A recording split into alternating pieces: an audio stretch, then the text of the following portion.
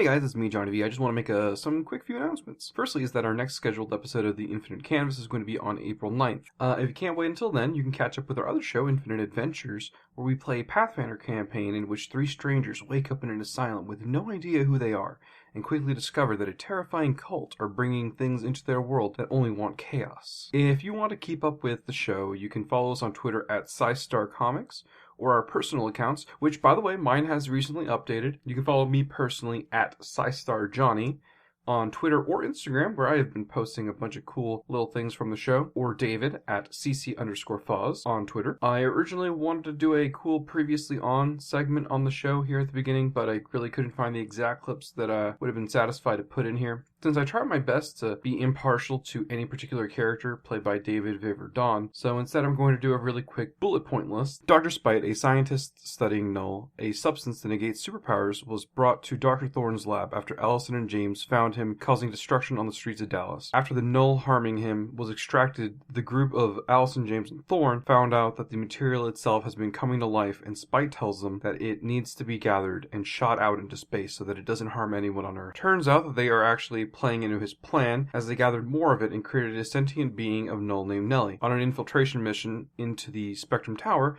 Thorne and Spite split up and Spite gets killed.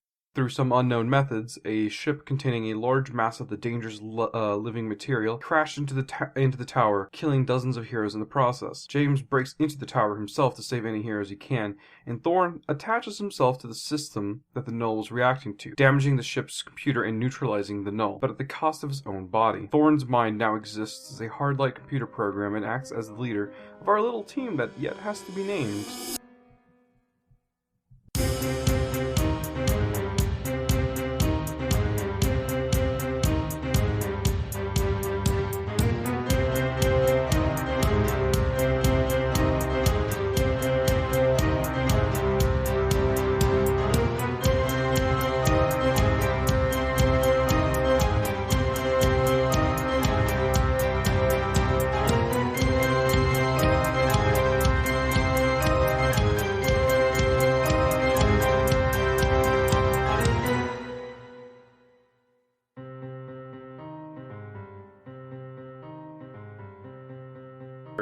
Because usually it's David that starts talking, and then he just rambles on about something. You can at least waited for me to turn off my TV or something.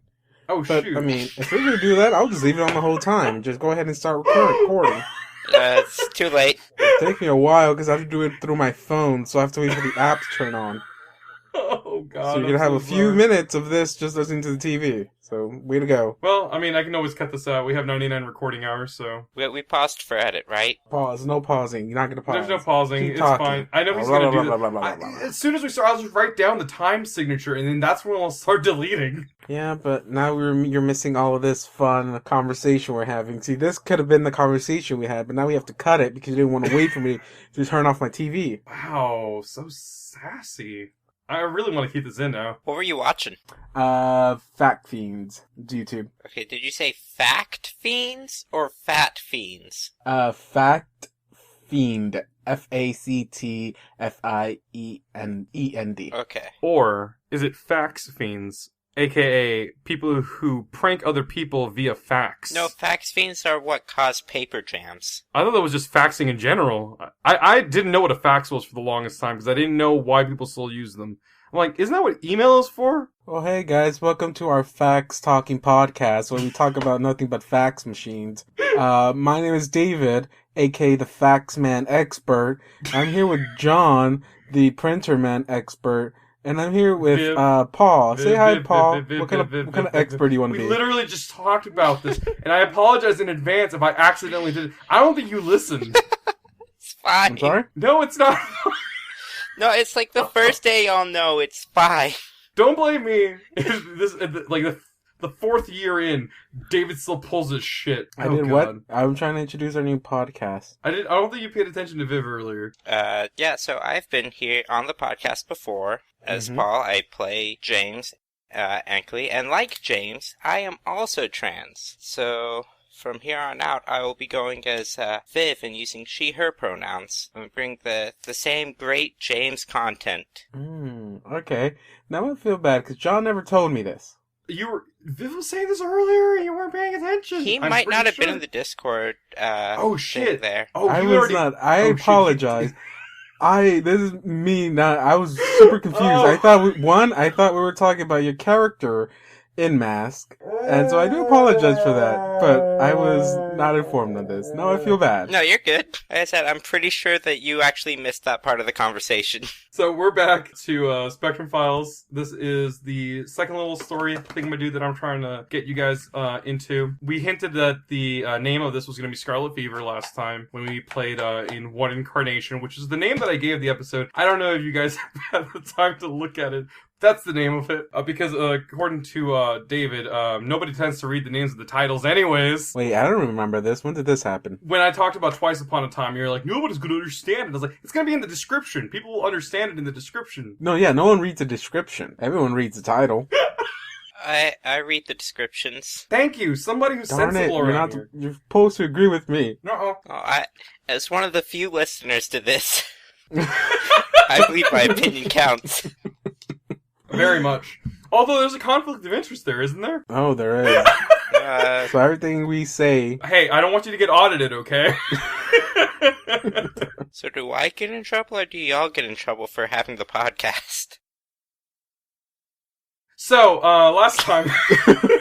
We had a guest, Joseph Fisher, and he kind of brought in his own special little character, which and you guys named Tulip. He's not back. So I was just pointing out what happened last time. Prior to that, we had the unfortunate incident of the majority of the heroes in the Spectrum team dying off, or at least the magical ones. Now, you guys might have noticed that Don is not here right now. He is currently in the process of moving, and it sounds kind of weird that we're gonna have this episode with only 2 people, considering it's a team-based thing. But it's also not the first time that I've split you guys up before like this, considering that Don's characters tend to be kind of it is weird, just considering Alison, you tend to be the most lonery character, but Gremlin tended to kind of like separate himself from the team more often than you guys did, and also Moo just showed up and he hasn't really been integrated into the team, so there's also that. We can pretend Don's here. I can't play his characters though. It's only stuff that we've already talked about that Gremlin would... Are you fucking vaping? Hey Don, you're here! Yeah. I don't think this isn't gonna make any sense since you do cut out his vapes. I'm not gonna cut these out. Oh, well, I mean, yeah, they're not vapes, so... Oh my god. I'm gonna ask you guys a question each, just because I want to integrate. I'm trying to repeat the process that we did for Blank Slate when it came to I asked you guys some questions, so we can set this up a little bit, because I want to kind of wrap this around your characters rather than the other way around, which we kind of let that go away towards the middle and at the end of the first story, considering that I ended up railroading y'all, and I don't want to do that again. So I have a question for you, Allison. What have you been doing? It has not been that long since the last episode itself. When it comes to time for this, big moments, like between stories, I'll tell you how long that's been. But like for like mini episode things, like if we have guests or something on, we just assume that it has not been that long, and we don't have to worry about what day it is. It's like an episode of a TV show. Just kind of assume that it happened at some point. So between now and Blank Slate, what has Alison been up to? What is she, how is she reacting to a bunch of, here's the thing, she's a magic user. How does she feel about all these magic people going out? They're being targeted by this attack.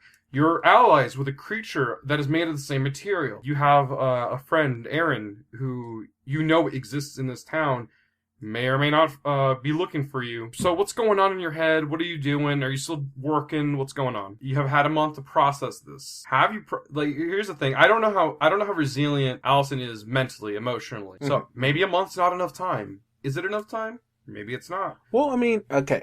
Again, because we've haven't really spoken about everything or what exactly has happened after the incident. This is our incident, guys. This is our Avengers 1, our incident. Oh, God. So, I don't know how far in advance we've got the hero thing going, the organization that we were starting up, or how far it has grown since the incident to the 1 month prior of the last adventure we had. Because as the last thing I said as Alison on the actual first season, quote unquote, of Spectrum, was she was leaving. That is her plan. There's some kind of issue she's having with having to live in the same area with Aaron, something that she's never told anyone or talked about it, mostly because no one has asked her, and also because in her eyes it's nobody's business. And her plan was to stay long enough to help develop this program that Gremlin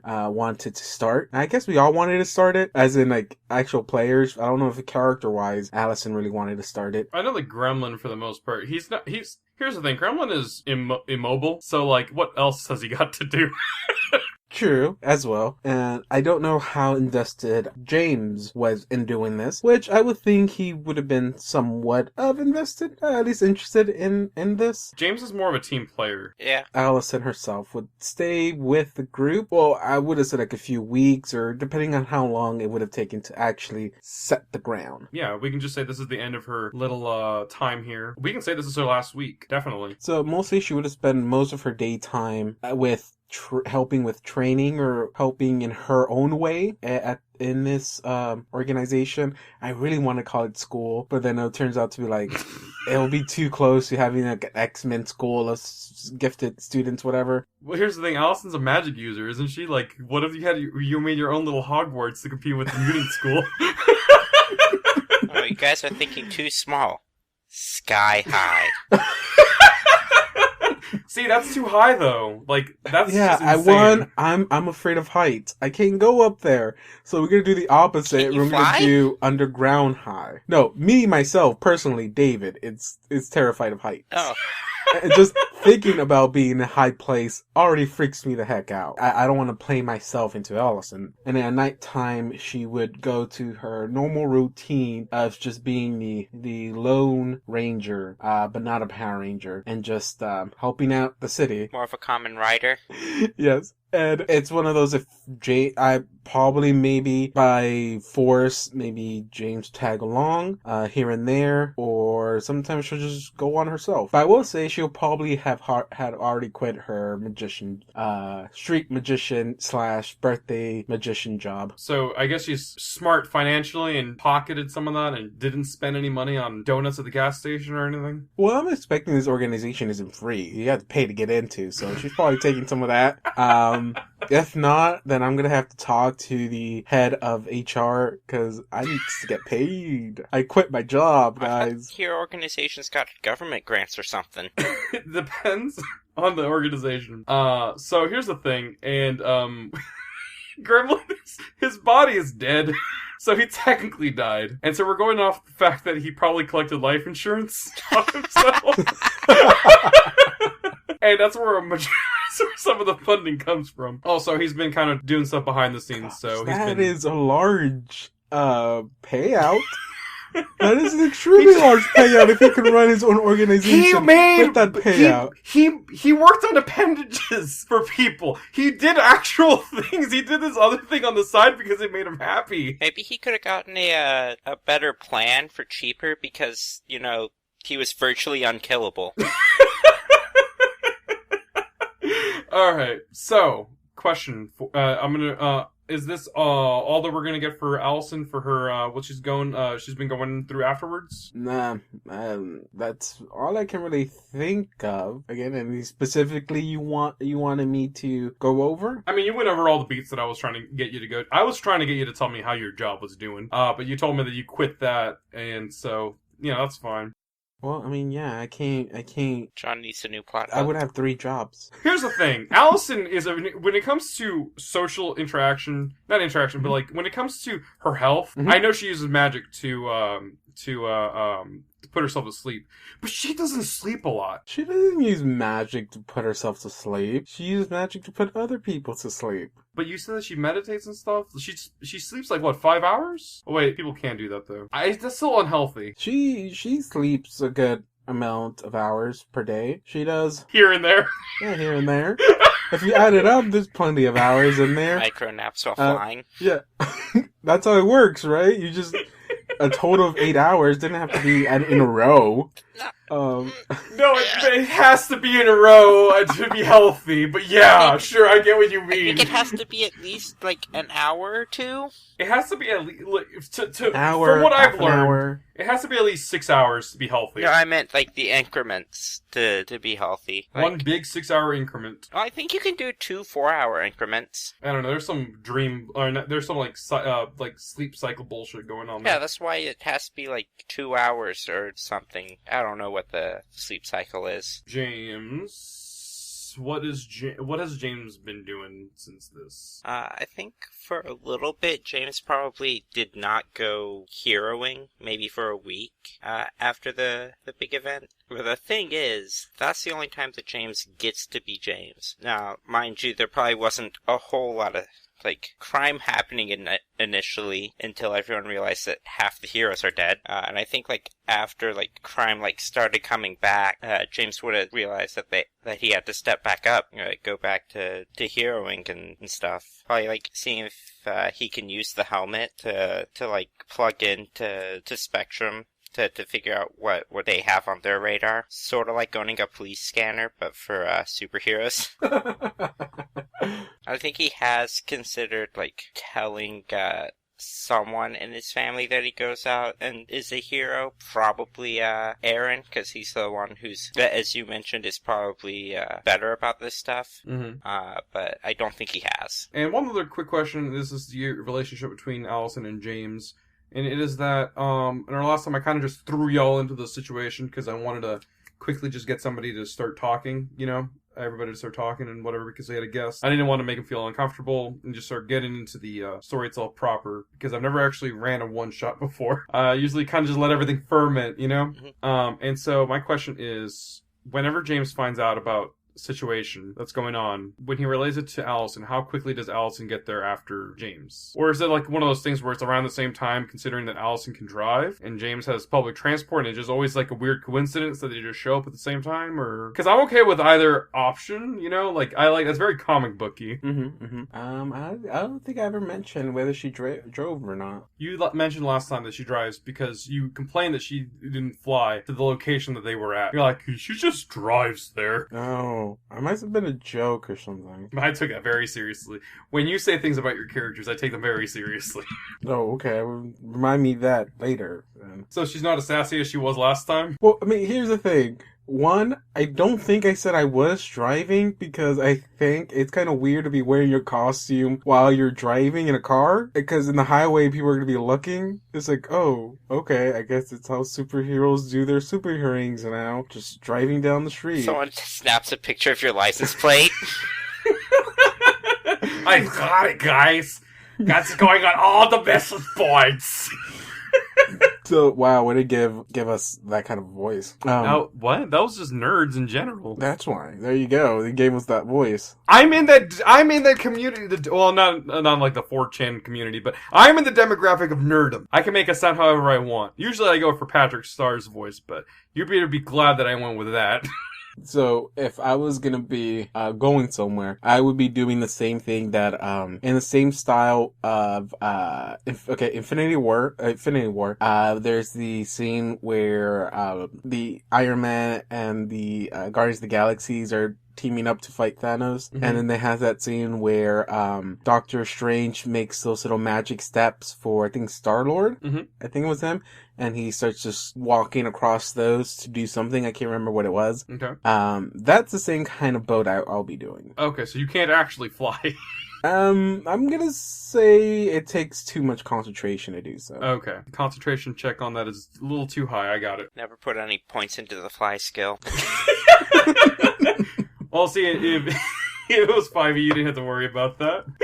Because you can do anything you want there. Well, I would just pick her a coke ray and you can just fly. It's as easy as that. Alright, so Gremlin has kind of just left some notes here and there, and, via you guys just kind of being at the lab a lot, you guys have kind of figured out that he's actually getting a shipment from Spectrum. It is his body. There was a lot of it left, and they kind of made a deal where they would keep some of it for studying, and he would get basically most of it back because it's his property, it's him. And so there was a shipment kind of scheduled at some point during the day. You know, you guys are all aware that there was a shipment going out, that he was going to be receiving it in, let's just say it's today, whatever today is in game, like a Saturday or something. Okay, so I work at a place that we actually get deliveries. Deliveries usually don't come out on Saturdays or Sundays because it's the weekend. But sure, why not? It's still, that's what it is. So it's going out right now. James, you're kind of picking up a little signal. There has been a freight going out under attack right now by 3 unknown individuals. I contact Shadow. However, have I been contacting Shadow? You can light the beacon. It throws up a cape-shaped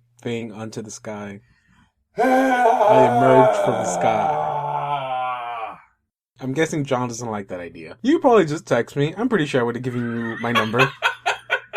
You can do it that way. I have a very important question for you guys before you guys get there. I know I've asked this to James before. You say you keep yourself in a backpack. Since your new suit kind of doesn't really have...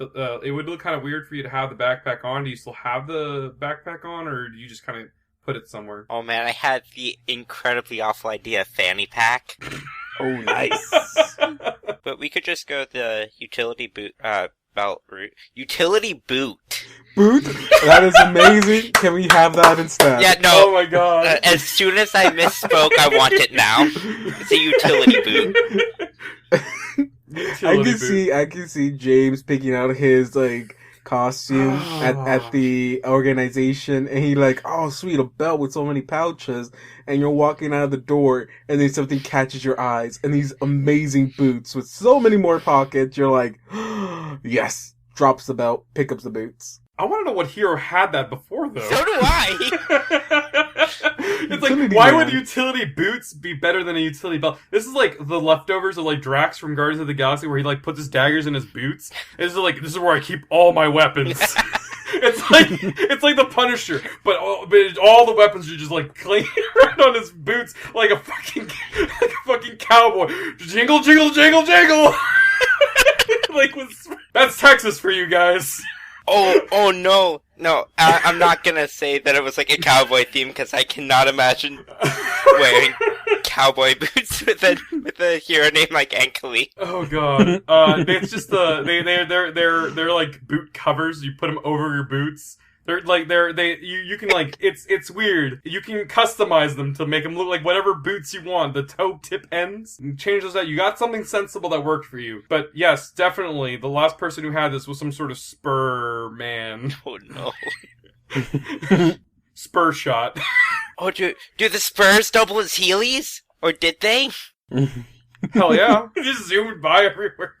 Man, this is a weird steampunk character.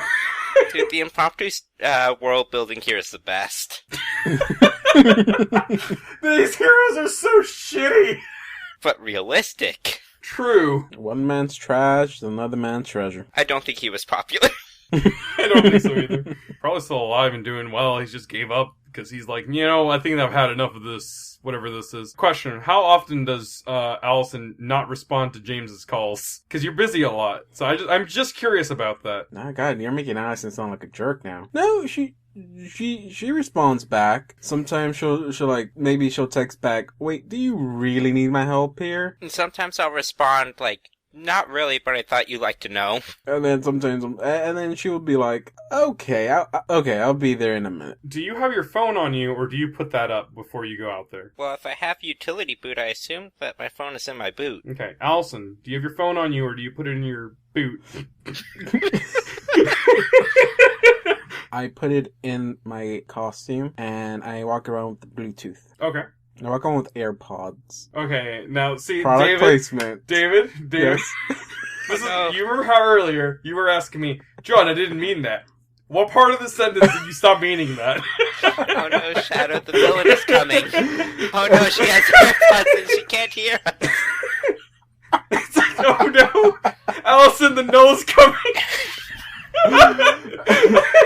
Okay. No, she probably does wear like a weird Bluetooth thing, but not AirPods. She's too cool for those.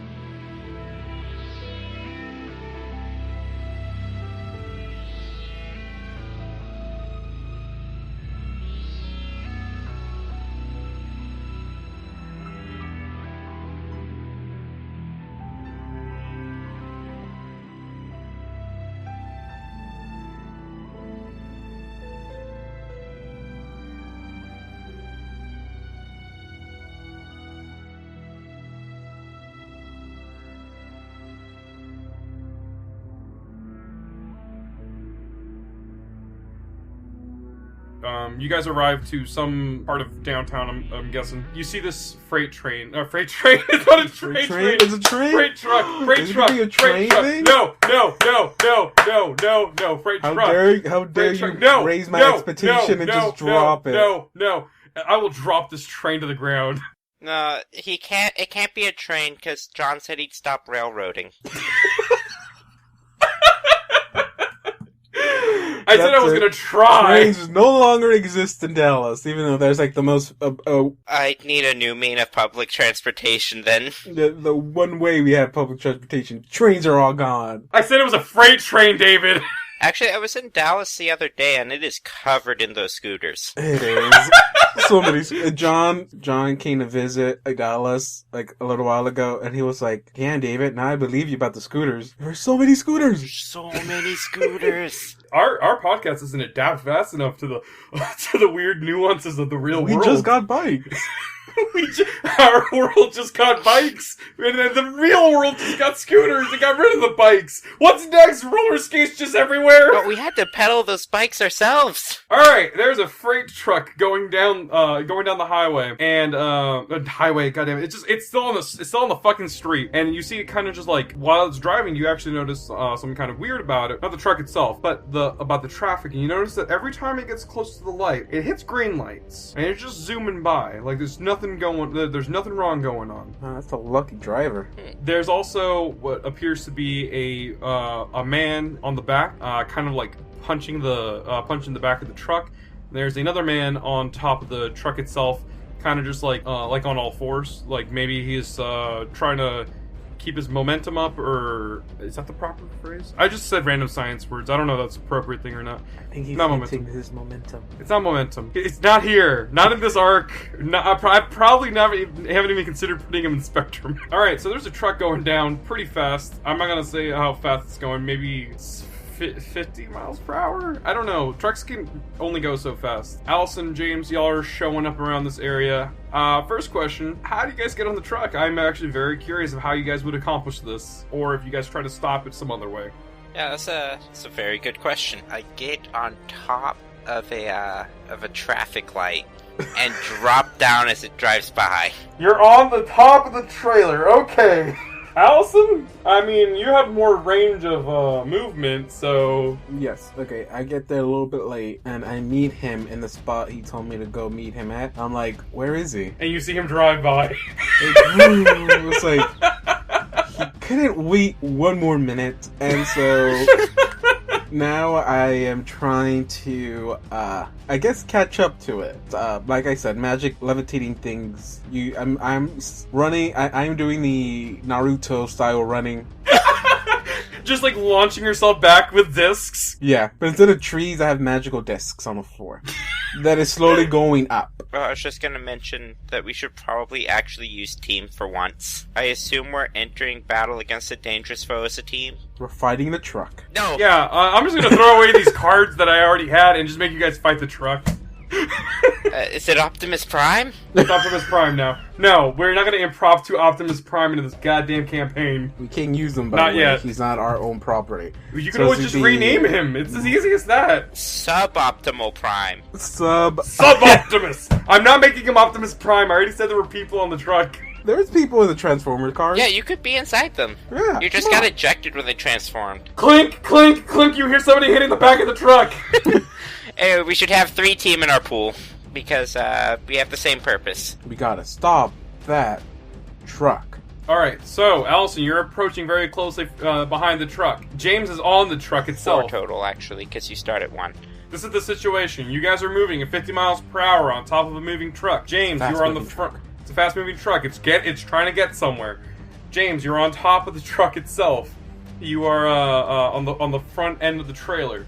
You see a man on all fours looking down on the other side of the truck. He starts looking up because Allison is now jumping towards him. Allison, James, there's no such thing as order of initiative. What's going on? You guys have time to respond to this bullshit. I'm gonna roll for initiative. Oh, by the way, in front of you, Allison, you also see the guy that's kind of holding onto to the back of the trailer, and he's trying to break into the truck itself using some sort of weird crowbar. Before you ask, no, this isn't crowbar. No, there'd be more crows. Duh. Everyone knows that. Because he actually uses the crowbar for its intended purpose. I wonder what his name is going to be, because it can't be Crowbar. That's already taken. It's not going to be Crowbar. I already named him. So Alison is running up. She's trying to catch up. I don't think she can run 50 miles per hour. Will she be strong enough to push herself that fast? No, it sounds like maybe you should try to unleash your powers. That sounds like ad verbatim what you're trying to do. I don't want to roll. I'm trying to do this. I'm trying to play as much as I can without having to roll dice. What is this, 5e? I know how you talk, David, when I'm not listening. Okay, so I will... Okay, I want to see if I can catch up to it, because I have to pretty much, use a lot of my energy to try to catch up to a 50 miles per hour vehicle. Okay, I'll do this. Come on, baby. Give me snake eyes. You don't want snake eyes. I think I got snake eyes. Oh, no. Okay, what's my freak? I got a 3, 4, 5... I got 6. That's a fail. I don't think I can conceivably help you here. So I'm always gonna be a few feet behind. Oh wait, you're jumping on, right? I'm trying to, yes. Oh, why don't I just move to the front of the truck and pull you in? Will the DM let us do this? I mean, it's spending a team. I can add one to your roll. Sure, I can conceivably say that's fine. That will make it a 7. So that's on a 7, I mark a condition, or the GM tells me how unstable or temporary the effect is. Help me reposition myself here. James, where are you at this moment? Alison Shadow jumped to was trying to jump onto the front of the truck, right?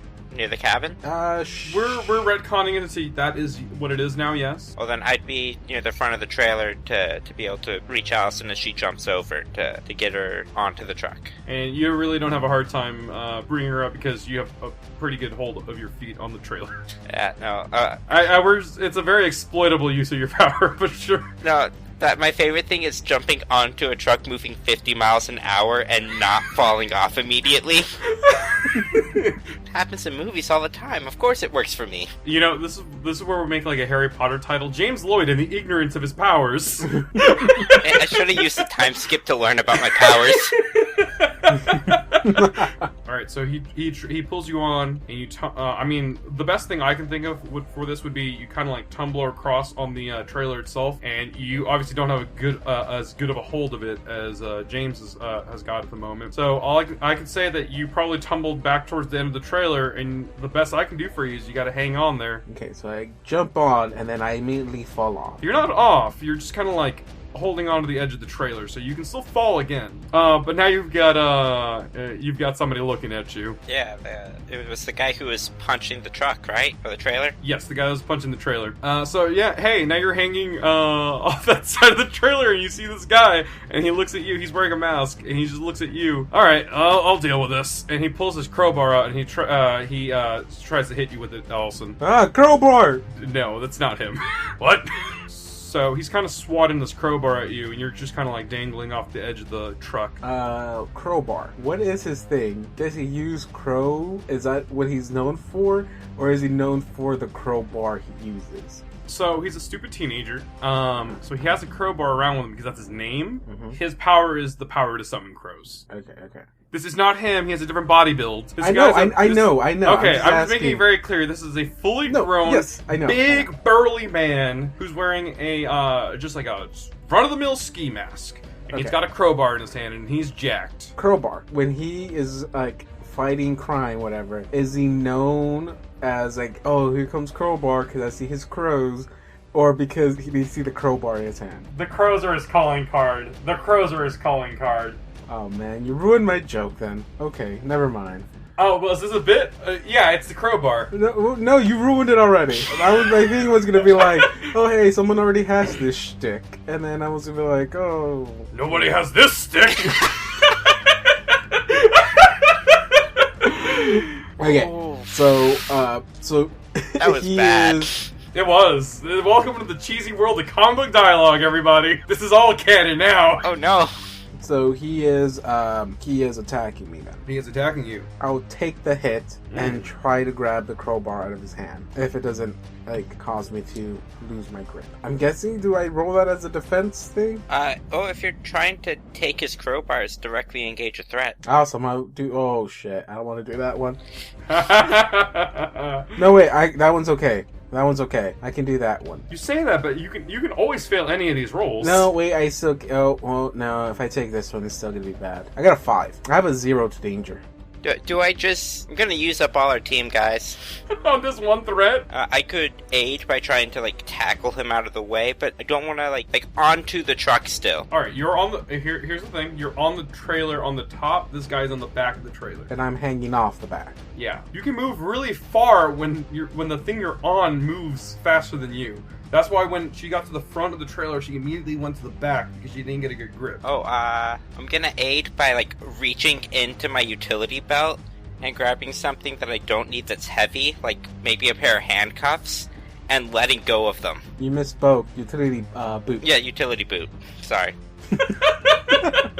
And the reason this works is because the last time I took an advancement, I took Won't Let You Down. When you help a teammate, you can spend 2 out of the team pool to add 2 to their roll. Ooh. We have 1 team left. You're barely surviving there. So you're grabbing... So I take it you're grabbing those handcuffs. What are you doing with the handcuffs? Oh, I'm going to let go of them so they hit him in, the back. Can't get there in time. Can't throw that hard. Maybe I do throw them, but, the fact that the truck is already moving 50 miles an hour is helping there. Yeah. So, yeah, there's a little bit of force there. I'm not going to get into the physics of how this even worked, but fate's on your side. Hits him in the head, so they kind of throw him off guard a little bit. And Alison... I'm assuming that he has some sort of enhanced durability then, right? You would assume so, but no. Handcuffs are made of metal!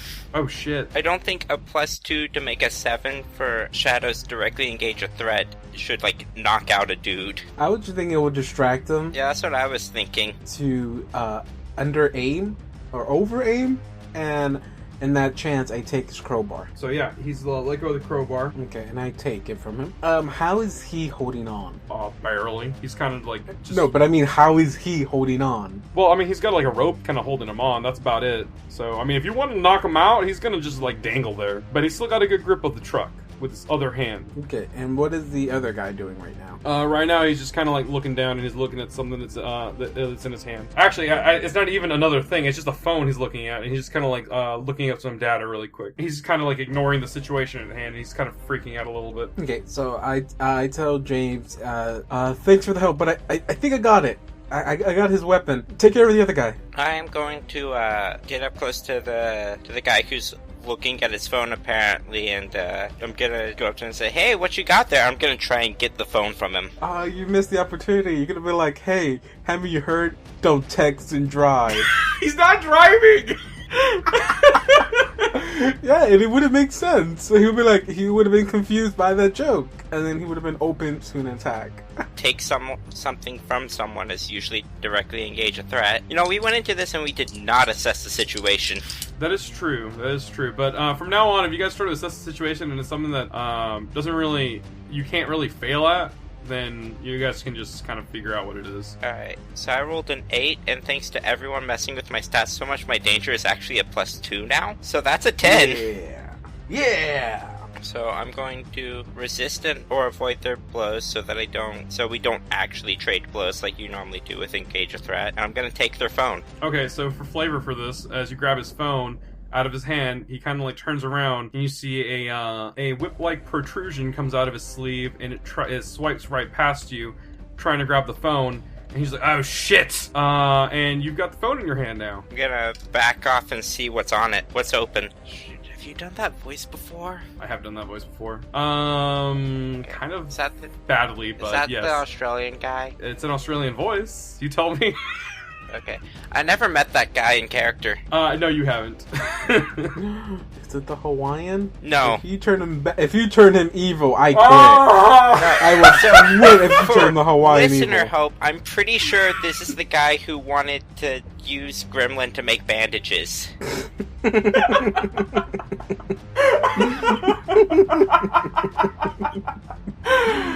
I mix people up, or do I have it right there? No, you got it right. You got it right. Okay. First try too, because I don't count your Hawaiian answer, David, at all. Because I knew that was a joke. I had to cover my points. I had to cover all my bases. Who's our first suspect? The Hawaiian. Sorry, I don't think you like Hawaiian pizzas. It's like fucking Fred from a pup named Scooby Doo. He just It's always red blames hair. the same guy. I told you guys it wasn't me. So James, I don't want to be that guy who tells you that the screen looks a little bit too complex for you, but I don't know. Did you take coding when you were in high school? You're in high school right now. Are you taking advanced coding right now? What? No. Yeah, that's what it looks like on the phone. If anything, I'm taking like a creative writing class. You see some nans on there. I don't know what's in coding. You see some C:/slashes. I don't know if that's computer jargon or not. No. Wow. You could at least looked up a fake code and you see 0101110001. That's binary code. I'm talking about like computer code, not like programming, not like binary. There's some double values there, and I don't know what else is part of coding. Some OR gate values in there. I don't know. Is it like the Matrix? It's all in Boolean algebra. David, I'm going to text you what coding looks like later. Booleans are part of coding. If you've ever designed, here for listeners here, if you've ever designed a website, the way that it looks like on the left side of the screen when you're doing like what you see is what you get type of coding, that's what it looks like, but more complex. I, Viv, the player, have only ever messed with basic Java. There you go, like Java, but super Java. I, David, only know Java as in Java the Hutt. That's his name, right? That's Jabba the Hutt. Then I do not know any kind of Java. This white whip kind of just smacks right past you trying to grab the phone. He utters, "Oh shit," and now he's looking at you. He's also wearing a mask, even though you clearly know who it is. Youth player, I don't think you've met, your character has not met him. Yeah, and I did not write down his name because I have not met him. His name is Rainy Todd. There's not even a whip in there. He said he said a whip-like appendages stretched out of him. Yeah, he has a whip that came out of his sleeve. He used it to pick up somebody in his last appearance. Oh, I mean, I would think he would have had maybe some kind of whip pun in his name, but his villain name is Fleet. It doesn't help at all, though. It's like, oh well, I can't make heads or tails of this. You know what's in this truck? I'm pretty sure it's not yours. I will happen to tell you that it is mine, so I need you to get the fuck off. He uses the whip again, moves his hand up in like a jumping rope motion, and tries to swipe your legs. Even if I just took that, wouldn't I land? I dodge instinctively since I don't know my power. The thing is, if someone were to suddenly gain James's power, they would notice it. But he's always had it. Yes, so James would not notice his power unless someone pointed it out and said that wasn't normal. Or if he suddenly lost his powers. Alright, so he's swiping your legs. I guess I tried to jump back. There's no dodge in this. There's no dodge, but you're jumping up for... Okay, so for you. The truck is moving, and you have jumped up. James, you are not moving with the truck. How far back do I fly? Dr. Todd is in front of you. No, it's just jumps back, starts flying to the back of the truck. You're just like, oh shit. Because you're jumping into him. So there's a possibility he could fall off. I think I have a -2 to freak. Yes, I do have a -2 to freak. That is a 10 -2 for 8.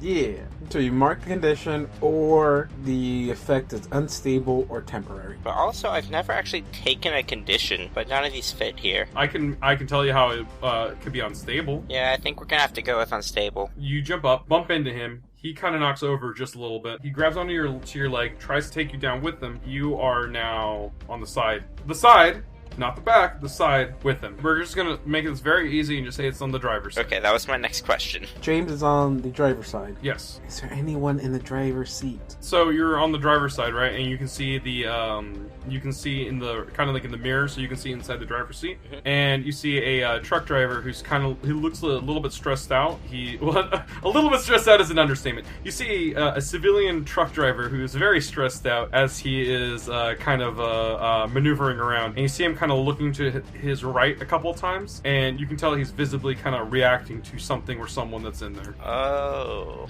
Yeah, I'm gonna yell out to Shadow in this 50-mile-per-hour wind that she probably can't hear me through. What? That they have a person in the passenger side. So, I want to do something.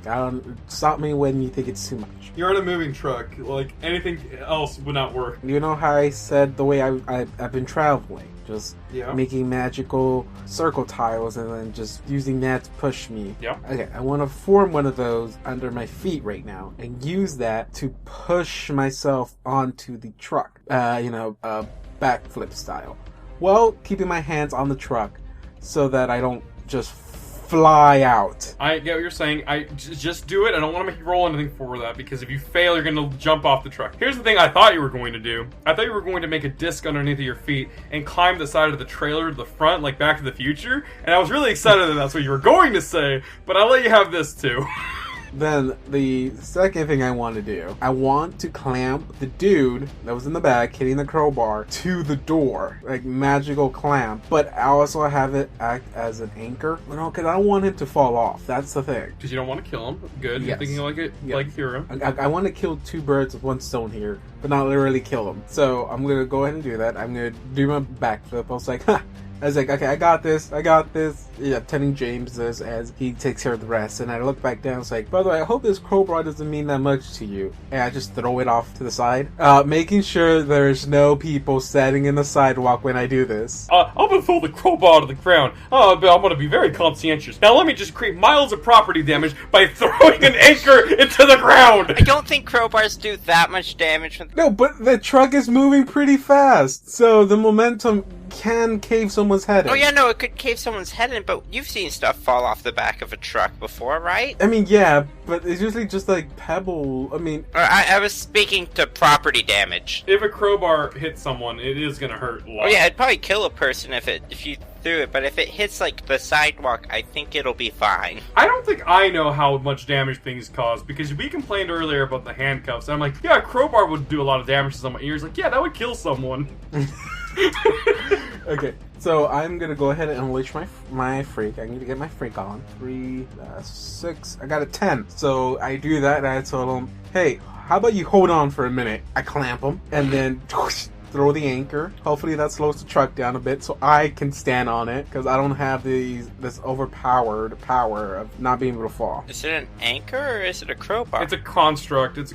No, I threw his weapon, the crowbar, off to the side so that he doesn't have a weapon on him. Are there any cars behind the truck? There definitely are. I mean, here's the thing. You're doing this and you rolled a 10. So I can say that there's probably some people who are kind of keeping their distance from this truck, considering it's driving kind of sporadically. You know, the man himself is driving is uneasy, so he's not driving his best right now. He's kind of in a speed situation where he's being told to move fast or die. So you can conceivably believe that there's enough room behind you to do this. Now, can I say that you're not going to break some people's windows with the amount of asphalt and stuff you're crunching off the ground? I can't say that's not going to be a thing, but you're not going to hurt these people. You might do some damage to their cars. True, but I also don't think it's gonna be flying all over the place. It's gonna be like the debris is gonna be, just centered in that whole straight line. It's not gonna be sending rocks and rubbles, 50 feet in the air or anything. At least I wouldn't think so. It's not an explosion. You're trying to slow the truck down. And also to help me, or help Alison herself, be able to stand on the truck without any issue. You know what really helps standing on the back of a truck? Yes. Rattling around crazily because the truck is trying to go forward and backward at the same time. Well, it's not trying to go backwards, it's trying to slow down. I get your point. Okay, you rolled a 10, so I'm still letting you do this because I understand. It's cinematics. We're letting this go ahead. But at the same time, I think it's a little bit easier to stay on the truck, even if it's shaking a bit, rather than have 50 miles per hour wind hit you in the face and you're wearing a cape. You are going to, you're going to be on top of the trailer. James, you're on the side of the trailer. You saw the truck driver inside the truck. He's very stressed out. He's looking to his right a couple of times. Todd is also near you. He's a little bit incapacitated. Not incapacitated, but he's a little dazed at the moment. So he's just kind of like flailing his other arm around, trying to hit you. But just a bare fist. It's not really, there's nothing coming out of it. You notice he's kind of, like, freaking out about that. I think my goal will be trying to get to the cabin of the truck, get to the passenger side if at all possible, if no one stops me. And I assume that I see, like, a busted-in window. You're on the driver's side, though. So there's some space behind the truck. So the way the trucks are made, you got the truck cabin, and then there's some space, and then the trailer. Conceivably, are you trying to get to that space, go around to the passenger side? Would that be easier than just getting on top and trying to get down there? That could work, too. Yeah, because the way that I thought it was climb on top, crawl up to the front or whatever to not fly off, and then get on passenger side. Does it look like there's a broken window or anything anywhere there, or? Sure thing, it's a broken window, but you're wearing padded armor. I think you got this. I also assume there's a person on the other side of the broken window. There is a person on the other side of the broken window. Let me just crawl through here really quick. You don't mind me going through, right? Yeah. Excuse me. Thank you. Sits in between them. It's like, this wonderful day we're having. Don't worry, this isn't D&D. They don't have no attacks of opportunities. Just keep going. Okay, you're inside now. All right, you're in there, and he's pointing this weird looking. It's not really a gun. It's like it's sci-fi bullshit gun, and he's pointing into this guy, and he's not really 100% paying attention. But he kind of looks to his right a little bit. He's wearing a very intricate helmet, and he's looking to his right, and he goes, "Oh, great. Now what?" And he points his hand at you, and you see something kind of glowing around his gauntlets that he's got on, James. And I need you to take a powerful hit. Oh boy. Oh wow, that's a 3. Oh, that's good, isn't it? Yes, that's good. Oh, okay. So presumably the Aegis system that Grim made is still working. Then I guess. You notice that your suit kind of surges a little bit. Oh, this must be a little bit more strong than I was expecting. He's still pointing his gun at the other guy, and he goes, "Hey, I don't know what your name is, guy who just came in here, but I need you to stay right where you are. This guy gets it. You know, standard stuff." The good news is for you, John, is that I don't know how to react to a hostage situation. No, the other guy has 2 hostages. Gee, villain, why do you get 2 hostages? You can't really maneuver in a cabin. Yeah, sure you could. Just say it and it happens. Is the guy with the gun buckled in? No. No, but we're still going 50 miles an hour. You're going like 45 right now. 44. My thing isn't helping 43. 42. 41. Yeah, no. My idea was to like unlock the door and then just like grab him and tumble out, but I think that's a very bad idea. Same situation, everything I just said, but this is what's happening. You're doing this at the same time that Alison was doing her thing, right? So you had a little bit, it was a little bit easier for you to do this. As you get onto the front of the truck, get inside, and now this guy's talking to you, and he says his spiel, and then the truck starts moving differently, and he kind of knocks back just a little bit. Oh, fuck. Ugh. And he taps his head, like, "Bravo, what are you doing back there?" Yeah, as soon as like he starts to lunge forward, I'm going to try and use the opportunity to get the gun out of his hand. It's once again directly engage a threat, I guess. You guys are doing a lot of that this time. We've become more proactive. Oh, and it's another 8 plus 2. You grab the gun out of his hand. Point the gun at him, and then he is frightened. Point the gun at him? I need you to change your alignment right now. There is no alignment, but I do think surprise the opposition is appropriate here. The bad news is that because I'm not avoiding blows, we do trade blows there, which is normally take a powerful blow. I'm going to take his gun and surprise him, and on a hit, trade blows, so I assume that I take a powerful blow. You take the gun away from him, he looks at you in surprise. Well, you can't see his face, but he kind of, gestures the whole surprise, puts his hands up, and then you see his right hand, the one where he pointed at you earlier, kind of glows up again, and he goes, "Hey, would you look at that? I figured it out." And then he clenches his fist, and you, James, are thrown to the ground. Yeah, I'd say that's accurate. I rolled an 11 on take a powerful blow. Wait, even though if you chose not to surprise them, but to choose resist or avoid their blow, you still would have to trade blows? Yeah, you have to choose resist or avoid their blows, I'm pretty sure, to not take a powerful blow. The rules are fast and loose, even when we aren't playing with them. So, James, you have been launched to the ground at a very incredible speed. Will we say that I just get removed, or do I... From the situation, or...? Well, yeah, so one of the options here is remove yourself from the situation. Lose control of yourself or powers doesn't work here. Alternatively, I could give ground, which I think falling out of a moving vehicle is a bit more than giving ground, and then also Mark II conditions. Wait, but with your powers, I would think that if he pushed you out, you will somehow, like, your body will twist in a way where you just end up just, like, tumbling, in a sense, like, just flipping forward, not hurting yourself whatsoever, and just, like, rolling up to your feet. And be like, oh shit. This is why damage in this game is based on conditions and not hit points. I was wondering that for a while. I'm like, this is the reason why. James would have been dead so long ago.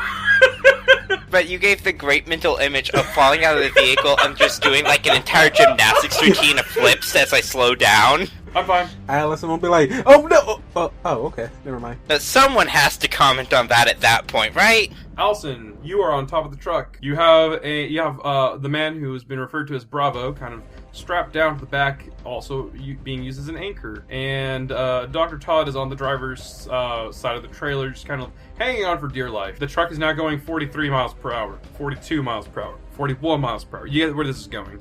I'm just gonna stand until it goes 0 miles per hour. If James fell out of the car or the truck, from where was he launched out of? Driver's or passenger side? Passenger side. Passenger side. Okay. Is the door just gone? Yeah, we'll just say that the door is gone. The door is gone. Okay. She is going to make her way up to the front. I guess she's gonna have to just jump in. I have to hurry up and get truck stopped as soon as I can, so James could hopefully catch up. It's still moving pretty fast. 40 mile per hour car. It's still pretty fast. So I think I will try to like clamp myself to the edge, and almost like those people who climb down buildings or like cliffs and stuff, they just like jump down, whatever. I don't know what that's called exactly, but I'm gonna do that while trying to like swing myself into the cabin. I want to take the guy's foot off of the gas. I want to do the opposite of what every other like action movie does. And typically they're like, the only thing that comes close to me is like the Deadpool movie. That's a scene where he like stabs his katana down on the guy's foot to force him to push down the brakes. I mean the gas. I want to do the opposite and not stab the dude's leg or foot. I want to raise the gas pedal and force the foot to go down the brake. This is an example of, I would say, unleash your power, just because you're overcoming an obstacle or reshaping your environment. So that's the best bet I would say for this. Because you're directly moving something that is attached to someone else. But you're not directly engaging this being that's in front of you. You're just engaging with the driver. I'm going to do that then. That is a 12, I think. Yeah, 12. That is just a success. Yeah. This truck driver he's not paying attention, or he's not paying attention to the driving. He's just kind of like looking at you two, kind of like through his eye. And he doesn't even notice that his foot has just been like scooched over to like the right. So like he's not even on the pedal anymore. And while you're doing this, how do you do that? So like when you do magic, you just twiddle your fingers around, or is it all mental? Yeah, I mean, if you want to get specific with it, I can go ahead and use a combination of a few of my powers. So one of the things I have is I can influence thoughts and stuff like that. So I kind of want, I'll jump in there, and as soon as I get a chance, I can place my hand on the guy's head and calm him down. I have like memory manipulation or something like that, and I kind of like using that power in the sense of not like actually affecting someone's memory, but inducing certain feelings through memories. That's usually how I always did, like, fear. I scared someone by having them remember scary thoughts, or like I think I made someone fall asleep by just having them think sleepy thoughts. So I kind of want him to be calm down, because he said he was panicking. So I want him to have calming thoughts to the point where he's like ignoring his surroundings, and then use my other part of my power of creating constructs and just push his foot to the other pedal. So yeah, you're doing all that, and you know, make the construct. This guy in the middle is just looking at you. He kind of like puts two and two together. You say he wasn't wearing a belt? No, he's not wearing a belt. Okay, I want to argue that this sudden hitting of the brakes should cause them to lunge forward. And since I'm in the cabin part, I'm standing behind the dude who's driving. I have like my body up to his seat. So I would think that I would have that to support me from being flung forward. Definitely hitting the inside of that window, and going outside of the inside of that window. But he has a helmet, so that's okay. He has a helmet. Everybody remember, if you're going to hijack your vehicle, at least wear a helmet. So, that's not the moral of this story, but it is now. Yeah, the moral of the story is you should have worn your seatbelt. And when I do that, I turn around to James and go, I wasn't too much, right? James? James? No, I'm at least a couple miles back. I would think just a few blocks. Well, how fast was the truck going, and how long did that take? More than a couple minutes, I'm at least a mile back. Yeah, you're pretty far away from this situation. I probably call Gremlin to update him on what's happening. Hey, Gremlin, your body is missing. We got your body. Allison, you are inside of this truck, and this guy in the cabin is like, oh, thank you very much. You saved my life. Well, you and the other guy. You both saved my life. No problem. You only get one. Oh, wow. Way to be a cold bitch. He doesn't say that. Oh my gosh, like, using shorthands, but in the wrong context, it's like, no problem, YOLO. And he's kind of I can't say the word. He's kind of thrown off a little bit, and he's just, I didn't know what was gonna happen back there. He just came in here with a gun, or whatever that thing was. It ain't no gun I've ever seen. Came in here and he just pointed it at me and just told me to start going where he wanted to go. Didn't give me no destination, just directions. It's terrifying. I hear a bunch of banging back there. I don't know. So as he's talking, is Allison kind of just chilling, or is she like just sticking around for a minute, or what's going on? Well, as he's talking, I'm kind of looking over to see what's the situation with the dude. Mm-hmm. Is he getting up? Is he just out? Has he been total KO'd? Or I turn to the driver, goes, hold your thought on that. Still gotta take care of something really quick. As the dude is talking, I'm looking out to see if the dude is standing up. Is he knocked out? What's the deal with him? Like, you're talking to this guy, right? And you see him. You see the masked guy as he's being flung out. You see him kind of rotate in midair, and you see him kind of like flail his arms about. And as he's doing that, you see that he's kind of you see a car start. It's a Tesla. You see it kind of maneuver around on the ground. You see somebody inside of it. It's not the man. And you can see that there's a civilian inside this Tesla that's kind of freaking out. And it starts, this car starts driving towards, the guy that got thrown out. And you notice that he's, the way he's kind of being thrown out is kind of done at an angle. So the truck the Tesla, starts moving at the same speed that it would be to kind of cushion the fall. Kind of, like how when Superman catches people, he has to also kind of move down to actually catch them so that they don't get hurt. As you were talking to the driver, you noticed that the masked rogue guy is kind of just car surfing on top of a Tesla, and he's driving at a very fast speed towards you again. Towards me. Towards the truck, yes. We're in the same side of the road, so I can't have the dude drive forward. I want to pop the guy's tires. Okay. You're gonna pop the tires on this car that a civilian is driving. Yes. Possibly making the car flip. At worst, it will, like, maneuver into another car. Are you trying to say Teslas are not safe to drive? I'm saying cars aren't safe to drive, David. True. There's a reason why we have in our country, in our world, we specifically have a type of manslaughter called vehicular manslaughter. Okay. They're weapons, David. Okay, true. But I don't think the guy will fly out. No. The man inside, the civilian will not fly out of his car. His car will flip and he'll be inside of the... I know, yes, but what I'm saying... I'm just letting you know what happens if you fail, is what I'm trying to say. What I'm saying... I want to... this is my defense here, is that the guy that was thrown out of the truck and landed on the car wouldn't have been thrown that far, because it's not... He didn't crash, so there's not that much momentum being pushing him super far, so the car wouldn't be that far away from them. I don't think Teslas are known for going 1 to 60 in a minute. So I want to do this while the car is starting to speed up. So at most, he'll lose control of the car and maybe crash into like another car or a lamppost. But I don't think it'll be traveling as fast enough to have that momentum to flip over. If I'm wrong, then I won't do this. We'll say that it's far enough, or that it's close enough where if you pop his tires, the only thing you'll be doing is more property damage. I would like to do this. I'm pretty sure I don't have to unleash my power, but I'll go ahead and do it anyway. You're just gonna do it. You're fine. As you pop the tires off the Tesla, he just kind of like scooches off the car. He's like, "Oh, fuck." can't have it. You just hear him mumbling from really far away. You can't have anything fucking go right today. And he kicks a can off the ground. He very angrily like strolls up to you because he's not a speedster. He's just kind of like power walking back to the truck. Villain walks angrily to Hero. Listen here, you little shit. Okay, I jump out of the truck. I won't jog. I'm gonna walk. I don't need to, like, I'm not in no rush. I'm walking as timidly as I can. Oh, God. Well, please tell me the truck drives off to actually make the delivery. As action, I want the truck to explode while I'm walking. No, that's the opposite of what we want.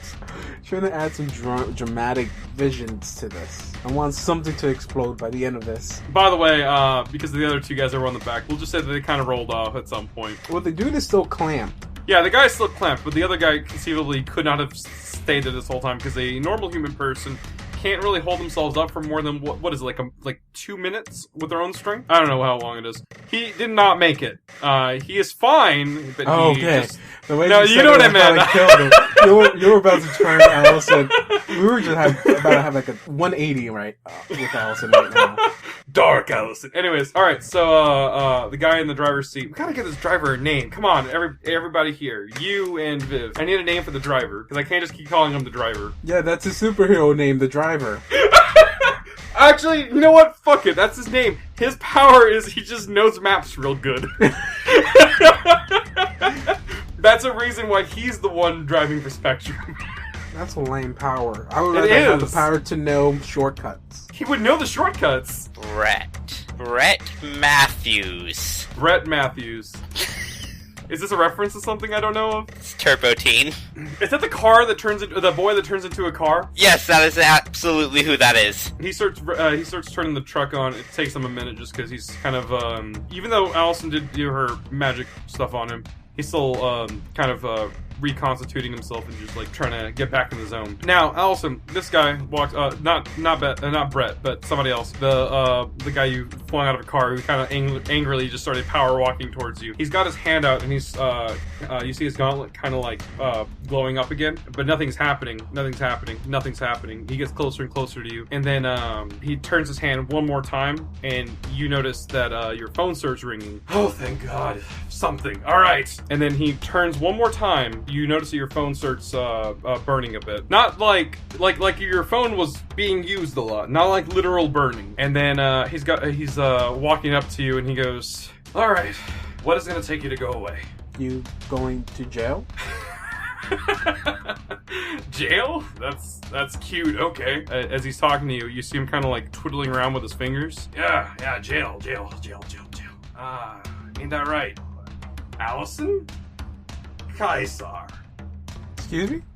Oh, okay. Let's see, what else we got here? Yeah, now she's no longer walking, but she's walking a little bit faster. No. I think I misheard you there. One more time. Alison Kaisar. I was just impressed he got the pronunciation right on the first time. Just like secretly. It's pronounced Alison. You need more phlegm.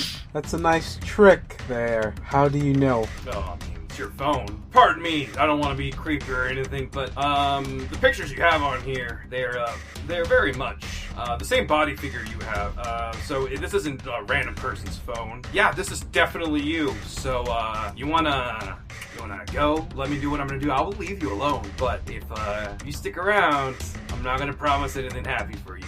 I'm just saying, your digital footprint kind of goes around everywhere, so... Well, one, that's a lie, 'cause she has no social media. Trust me, he knows what he's saying.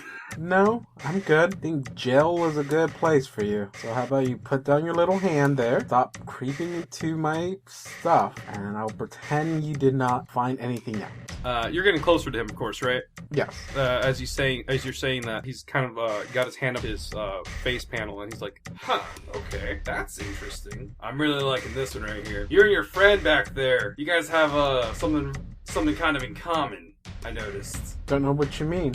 Well, this. And he backhands you, and I need you to take a powerful hit. Well, I never said I got that close. But... You're close enough for his range. I was technically 50 feet away. Oh, well, you're close enough. Just yell. Oh, then everyone in like 50 feet knows your name. Oh shit, never mind, I was an inch away. You got up close to him when he said that. I rolled a... I rolled a 7, and I have a condition, so that is an 8. You should stall him for like 30 minutes while I catch up. Probably wouldn't be a full 30 minutes, but still. You jog, you can make it a good 27 minutes. Yeah. I'm gonna go ahead and take 2 conditions. Holy shit, okay. By the information that he's grabbing from me, something that no one should know, I am becoming insecure and afraid of what he can do with that information. So I take the hit. I, in return, give him a good smack in the face. Okay, just a regular smack in the face? Wait. I want to get creative. I want to get creative with this shit. He smacks me, but I'm still gonna stand. I'm at most. It pushes me back like a couple of steps, and I'm like hunched over just a bit, not too much. I don't want to give him that much confidence. I look up back at him and I say, "There's certain things that people should not be digging into. Certain information that people should not have. You have taken something that I do not like you having, making it very hard for me to hold back." And as I say that, I make a construct of my own glove and just lunge it straight at his chest. Do I have to roll? Do you want me to roll anything for that? I'll let you just for flavor. Yeah, you hit him in the chest. And then as I do that, I activate another thing I can do, and I cause myself to just blur out.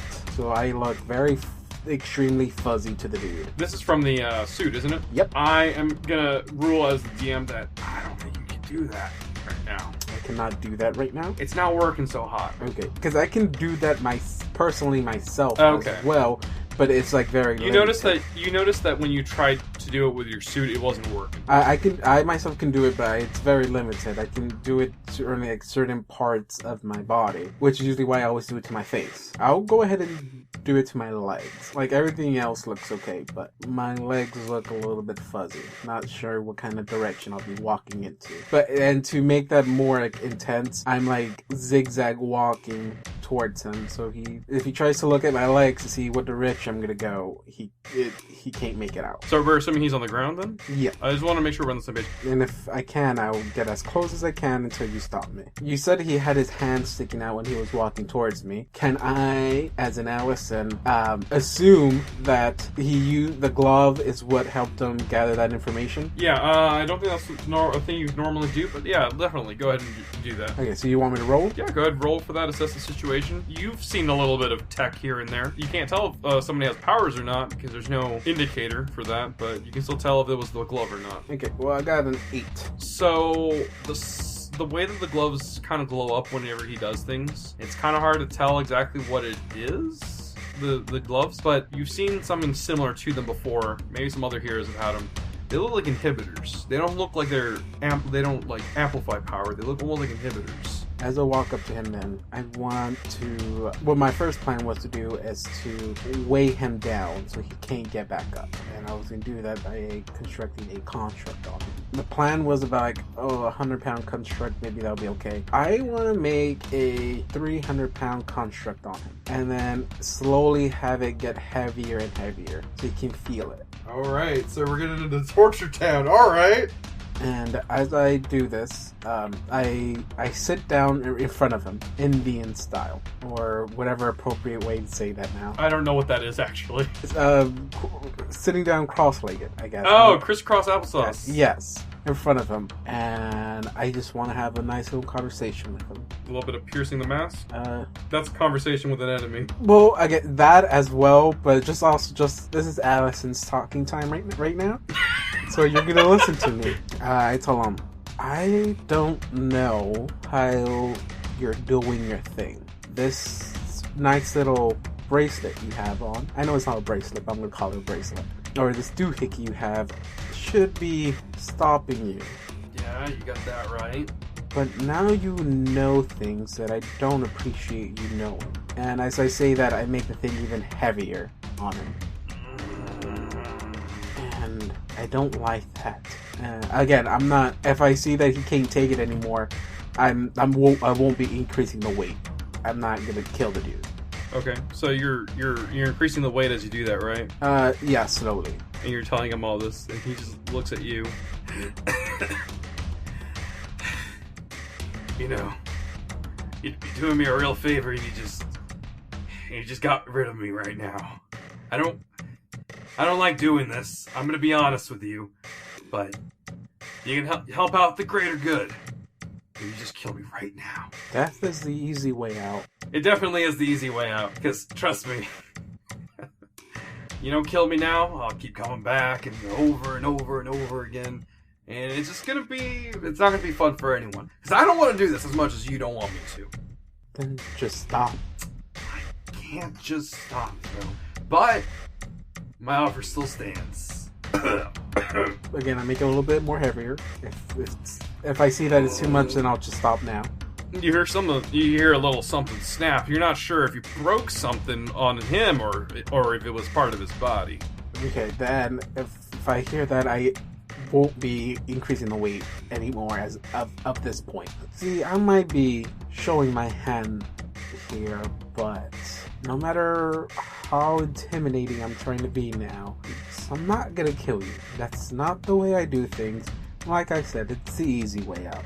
If you don't want to stop, then we'll just have to force you to stop, so you're gonna go to jail.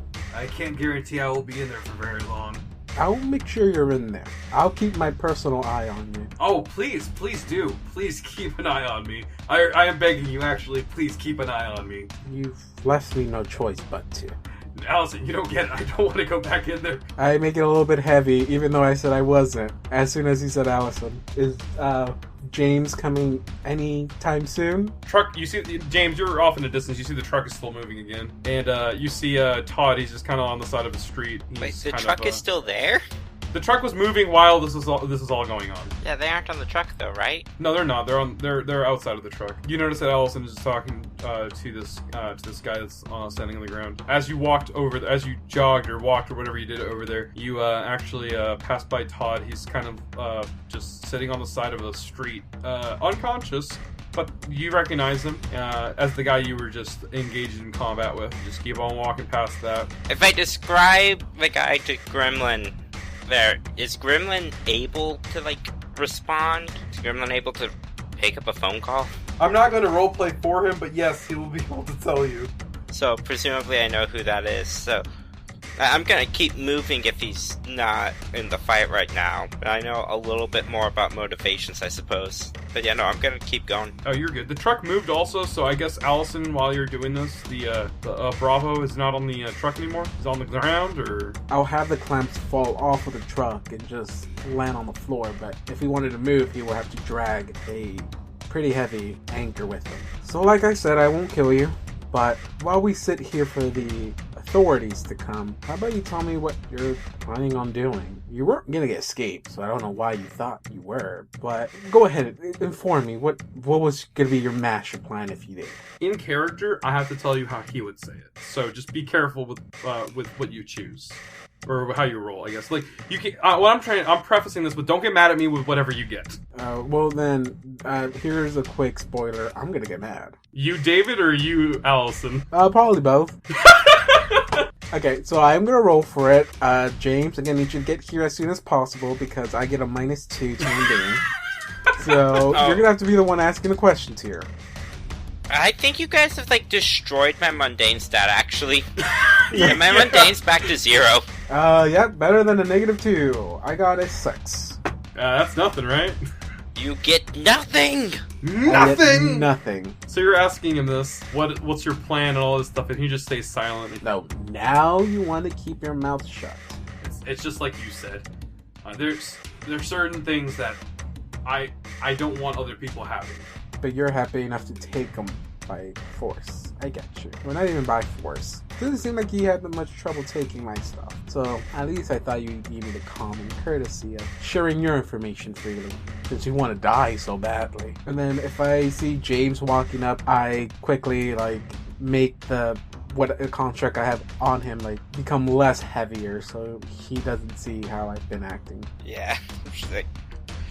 think that the dice comment is like immediately when I start to show up. So yeah, I will do that, and then as soon as I see James like walking up, I just like wiggle my fingers a little bit and make it not too heavy so that he can't really, so the guy isn't expressing, you know, pain or anything like that, or excruciating pain from the weight. Allison, I know you don't like it when I say that, but I have to call you something. I don't know where I want this to go. I don't know if I really want to die. If I'm as good as dead if I go back to jail. That's just why I was asking you to save me the trouble, that's all. I suppose as I approach it, I'm going to say, hey Shadow, did you figure out what they wanted with Grimm's parts? No, this guy doesn't feel like sharing. You want to take a swing at it? I've tried. I don't know, you're way scarier than I am. I'm not sure if the way a guy waves around a gun, I don't know if nice cop would work here either. Can I just say really quick that I absolutely love how I always keep forgetting about authorities until it's like talking is super a free action in this, but then again it's very comic book. Yeah. Talking takes as much time as the writers have panels to dedicate to it. As you guys are finishing up interrogating him, you actually start hearing the police sirens getting closer and closer. Since we have an organization at now, which we haven't thought of a name yet, but we'll get to. Sure, yeah, it's called the Shadow Organization. I think we all agreed on that. I voted for Stardust. So, I love that. yeah, the Shadows Stardust Organization. That was the name of it, of course. Shadow Stardust. That just sounds like a shitty JoJo's Bizarre Adventure ripoff. So I'm pretty sure us superheroing around isn't going to be an issue with law enforcement anymore. So that thing did get set up, or you officially have one now. But the thing is, though, is that y'all are kind of new, so it's like, you know, whenever you go out and eat, you know, and you see the different places, you go, oh, Burger King, I've been there before, I like that. Whataburger, hell yeah. In-N-Out, sometimes, but I'll take that. And then you see a mom and pop shop, but it's like in this, like the shady part, and you're just like, I've never seen this place before. And walk inside, there's no air conditioning. Or I don't know if I want to get a burger here. That's you guys. Yeah, but then when you have the burger, might you be realize a front for that the mafia. No, I don't know. Maybe part, you guys are a front for the mafia. I don't know. The best part about those restaurants is when you do have the burger, you realize that there's nothing else in the world that matters because this burger is amazing. Yeah, because usually those mafia fronts are like given to like relatives that really love to cook. Oh God, you're making me like you're this close to making me the Hawaiian in his Hawaiian restaurant, his Hawaiian pizza restaurant. So he's a mobster now? I told you not to make him a bad guy. I said this close. We can't see your fingers. They could have no space in between them. So would we still be in trouble with law enforcement? No, you're kind of on a, like I said, you guys are kind of like in a these guys kind of like situation. It's like, oh yeah, I forgot about them. So there is one thing I want to do, and I want to run this by you. I don't like the fact that this guy knows my name. So I want to do something, and in return, suffer something. I said I have memory manipulation powers. I want to use my powers to erase this thought away from him, of him knowing my name. Ooh, okay. In response, I want to take a powerful blow. Alright, so you would have, what, 4 conditions now, or 3? I will have 4. Oof. If I succeed. You have 3 right now, right? I currently have 4 right now. I mean 3. Yeah, 3. 3. So if you actually take a powerful blow and you take 2 conditions, you're just out. So I was just saying take powerful blow. I don't actually mean roll for it. I just meant that if I succeed in doing this, I take a condition. Okay. So no, I just want to say I take a condition no matter what. Well, yeah, you can still succeed. Like if you get 10 or higher, you don't have to worry about that. That's part of the rules of the description. Well, I'll clear one condition, but I still want to take another condition. And the reason I want to roll for this is because this is something she's never done before. She doesn't use that power in that manner. She only uses it to manipulate memories, but not erasing them. And she doesn't do that because you're messing with someone's life. And that is, she sees that just as bad as, you know, if you were to erase someone's memory you're basically killing that person. I mean, it's not that extent, but I am taking a memory away from him. Okay, and I get an 11. So I'll clear a condition, so I'll clear afraid, because I won't have to be afraid anymore that he knows my name. But I am going to mark a condition, because I succeeded, and I'm going to put guilty. And I bend down, and I told him, you have made me cross a line, and I'm not happy about that. I would have to suffer the consequences of my actions today, and I hope you're happy about that. But to tell you the truth, I'm pretty sure you can care less. And so I put my hands on his head, and if James looks at me, you see Alison, and maybe she's in pain or something, because again, this is nothing she's ever done. And a few minutes later, she finds that memory and just destroys it, and then lets go. Huh. And maybe she starts crying a little bit. He looks up at you. Oh God! Oh, why does my head hurt so much? You bitch! What? How did you? Cops get out of their car, walk up, and they're looking at him. They're looking at y'all. They're pointing their guns at him, and they're looking at y'all as like, you Spectrum? No. We tell them no. We're from the new organization, Shadow Stardust organization. We aren't really calling it that, are we? That's in character. I was like, I turned like, Graham was supposed to choose the name, but he never chose it, so. Hold on just one sec. They turn around. Hey, look up, Shadow Stardust Organization. And they're like, can't find anything, sir. Sorry, is there another name you guys go by, maybe? Can you try doing the other way around? Stardust Shadow? Stardust Shadow? Nothing. Hey, man. I just voted for just Stardust. Stardust? I'm not saying. Is there a name attached to this organization? Thorne. Thorne. Yeah, we got one here for Alan Thorne. All right. What's it called? It says here Alan Thorne Company, TBA. Oh, that's so much worse. Can you delete that and just put Stardust Shadow? You're gonna have to see. That's the thing. That's you guys. There's a document for that. You guys got to fill out.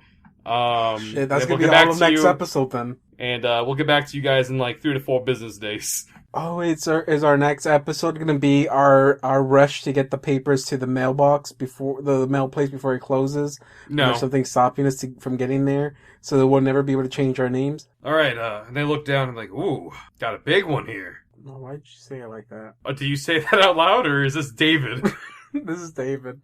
Because that's how this guy speaks. Okay, this is Alison saying it now. Why did you say it like that? Oh, he's been one of our, this guy right here, Stormworm. We've been looking for him. Long time. Wait, what? Stormworm? Yeah, Stormworm. That's what, I don't know why he calls himself that, but that's the name he goes by. Weird moniker, but it's unique. None of those two have anything in common. Stormworms in real life are a type of virus. Oh, I thought it was like maybe like a mythical creature that's known as a stormworm, which is like a dragon that conducts electricity or something. No, Stormworm is a type of virus, a computer virus. Oh, see, that's both understandable because Alison and David would have known that. And you hear a police officer actually from the back, kind of like, he's like a rookie police officer. He's just like, Stormworm, that's a computer virus. It's not a mythical creature or anything. I know, when I started working here, I thought that it was a mythical creature. Like some sort of dragon that shoots lightning or something. I get it, no, I'm not. I got no jokes. Check my utility boot for jokes, and there's no jokes. I'm all out of jokes, guys. First I ran out of snakes, and now I'm out of jokes. I do have the shark repellent, though. No, the shark repellent was in the helicopter, though. I just found that out, too. So I'll magically disappear the weight so they can lift them up. He groans, and you hear that same popping sound, and you realize it was his armor. Okay, that's good. You don't see her, but she takes a big, breath, whew. He can walk. And I was like, okay, everything's good, officer? We don't need to sign any paperwork, right? That's your job. Nah, that's all on us, bureaucracy and bullshit. Awesome. I don't understand how they don't make it part of your job, but, I can't really complain too much. Well, we do the heavy lifting. Wow, what is it with you? You just do not. I don't know. Is this David or Allison? Where it's I just do not like first responders. Oh, I feel bad because I just remembered I did that with Phil's character too. Yeah, you did. These are two different characters, and you've done this both times. Well, hold on. Next time, I want to know: are you gonna do this to firefighters too? I want to make sure we got all of 911 down on here against you. David doesn't back the blue.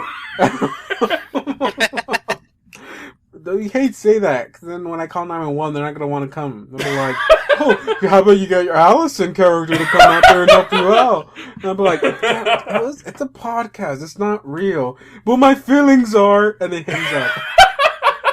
It's okay. I'm pretty sure they don't listen.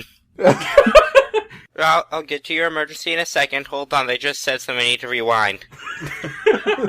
Alright, so they are so he's being taken away. They are putting him in their police car, like not the regular car, but like the big old ones. You know which ones I'm talking about? Do they get the other two? Yeah, they detain both of them, those two. As you see they're grabbing the big bulky guy out of his anchor clamp thing, whatever it is. They're dragging him out, and they take his mask off, and you recognize him as that guy that punched you once in Spectrum, who got kind of mad. It's Barnes. Yeah, I figured that was him the whole time. Yeah, not in character, but I figure if Todd's involved, he has the other guy with him. Yeah, and the last guy is Aaron. No, you guys need to go do an Aaron check really quick. Also, Aaron cannot keep a secret identity. I will not believe you if you say he has a secret identity. My name is Erwin. It's like, damn it, Aaron, you didn't even do it right. It's like, what do you mean? It's not my name. My name is Aaron. My superhero name is Erwin. As the officers obviously unmask Todd and Barnes, they put their hands onto the helmet on Stormworm. And they're trying to move it off, but it kind of like gives them a little shock. And it's like, hey, wouldn't want to touch that right now. It's like, fine. I guess we'll get rid of it when we get back. And they put him in the back of this. I forget what they're called. I think they're called paddy wagons, aren't they? Yeah. Wow, we still or call at least them that? According to that John Mulaney sketch. So yeah, it's one of those. Gets him whatever the modern version of those things are called. They put him in there. They're driving off. Allison, your phone is still pretty hot right now. But as Stormworm and the police officers kind of go away, you notice your phone starts to start cooling down. Hey, take my phone out. I look at it. Do I see anything strange? Nope, it's just fine. All of his apps aren't open? They're all open. They've been replaced. All of them have been replaced. I'm just kidding now. I was gonna say they've all been replaced with Tumblr. I don't know why it would be Tumblr though. He downloaded Facebook and made you a Facebook page. Here's your social media. I take a phone. I crush it. Oh, of course you do. With magical powers. I'm like, I think I'm gonna go get a flip phone. Oh, okay. Oh, James wasn't here for that part. No, I wasn't. This is new to you. Yeah, it's like, why'd you do that? Oh, you're asking me or James? Oh, no, I as a player know why you did that. He was able to grab certain information that I did not want him to have. And it was thanks to this. But I don't throw the phone on the ground. I keep it on me. Hey, James, I think we grew closer as a team today.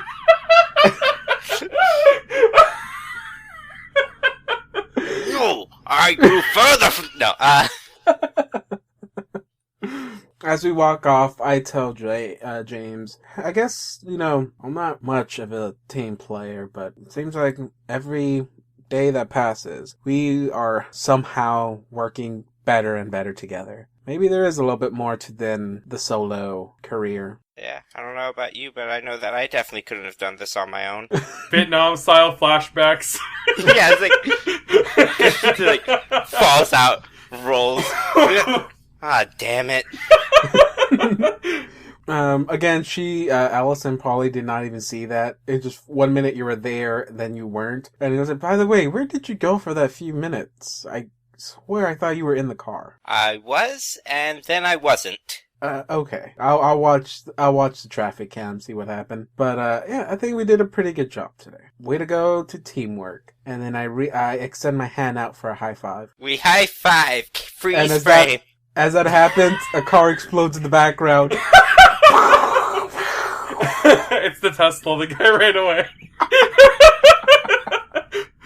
That's not one. Don't take that the wrong way, Elon Musk. If you ever hear that.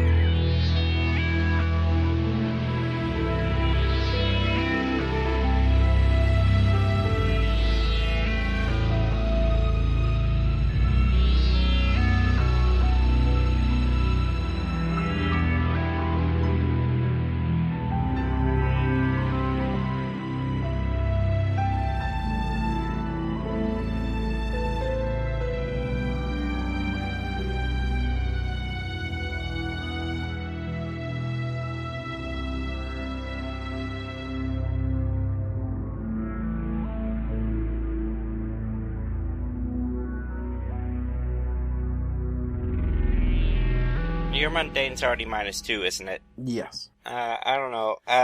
Savior down and danger up, I'm thinking. I think that best reflects what I've seen so far from this session. That's cool. Brings me down to a 2 on Savior and a 1 on Danger. Although if I'm influencing you, I guess it would be Savior up normally, but I'm basing it off of what we saw this session. You are almost maxed out on 1 or 2. My Savior is maxed out, and my Freak is at minimum. Everything else can go up or down. How about, I'll give you a 1 on Danger, up.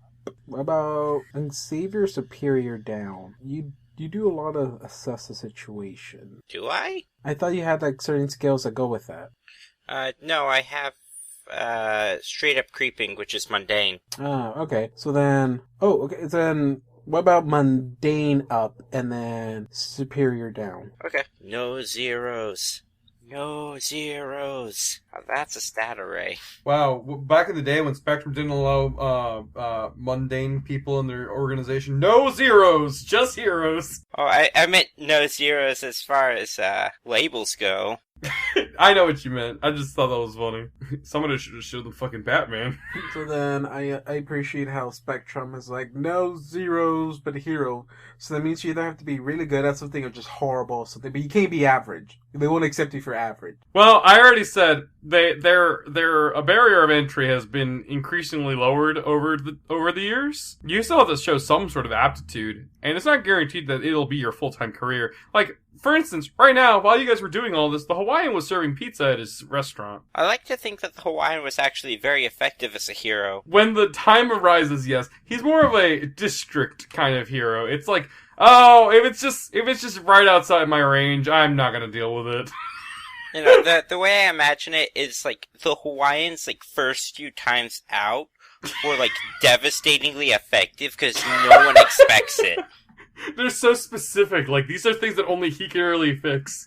Maybe there was a bank robbery. It's like, oh, how are you going to stop a bank robbery? And then he just fires ham and pineapples, and the bank robber's like, what the fuck? I was not this is a situation I was not expecting to be in. I would like to think that the Hawaiian we both, our characters and as players, really put him in a high pedestal, but he is suffering through the process of having his greatest strength is his greatest curse, because he has to open a restaurant where he serves Hawaiian pizza. We not knowing that he hates Hawaiian pizza. I mean, no one ever said that it was a pizza restaurant. I mean, yes, but it's one of those things where you make you make ham, you make pineapple. He was kind of forced to open this Hawaiian pizza place, but deep down, he doesn't like Hawaiian pizza. He's more of just a regular sausage pizza. I know a burger place that makes Hawaiian burgers. I think he could have opened up a burger place. What if he's allergic to pineapples? They come out of his hand, David. Please tell me that again. It's like, what if he's allergic to pineapples, but the pineapples aren't touching him?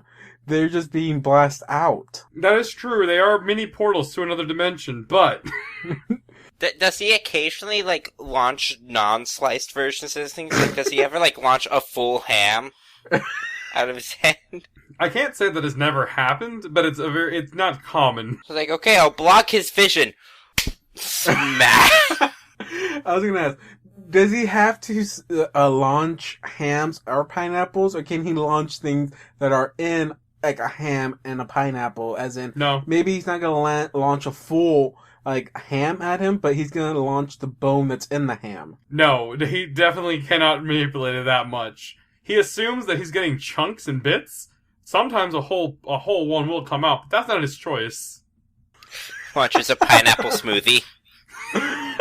Oh god, I'm also pretty sure that the FDC, I think, is the the FDA is very keen on look, we know you can make pineapples and ham, but you cannot use these pineapples and ham on your pizzas. And he's like, that's just a curse I have to live by now. Is it just regular ham, or does he get different types of ham? Is it like a smoked ham? Is it like honey ham? Can he shoot Canadian bacon? You know, I think this has ran its course. Do you guys just want to meet him next episode and get it out of your system? Oh, no, it's... just the concept of the Hawaiian is very fun. There's a slot there. He's got a few free slots in his schedule if you want me to pen you in. Wait, John, do you know the actual Hawaiian? Are superheroes real, John? You have to tell me. I'm not a cop, but you don't have to ask me. I can't tell you. Right, I guess the most important thing we can end on, because I don't know if you're still recording or not. He is. Okay. The most important thing that I think we as players and also the listeners really want to know is, when is the Hawaiian story going to happen? And if not, why have you not made it? Just cancel everything else. Next story, the Hawaiian's backstory. What was the third hero from that section? It was Hawaiian, Mastodon, and Shoehorn, which I never got to explain his powers, but they exist. I forgot that Shoehorn existed. It's like he shoehorned his way in. Yeah, that's kind of his power also, actually.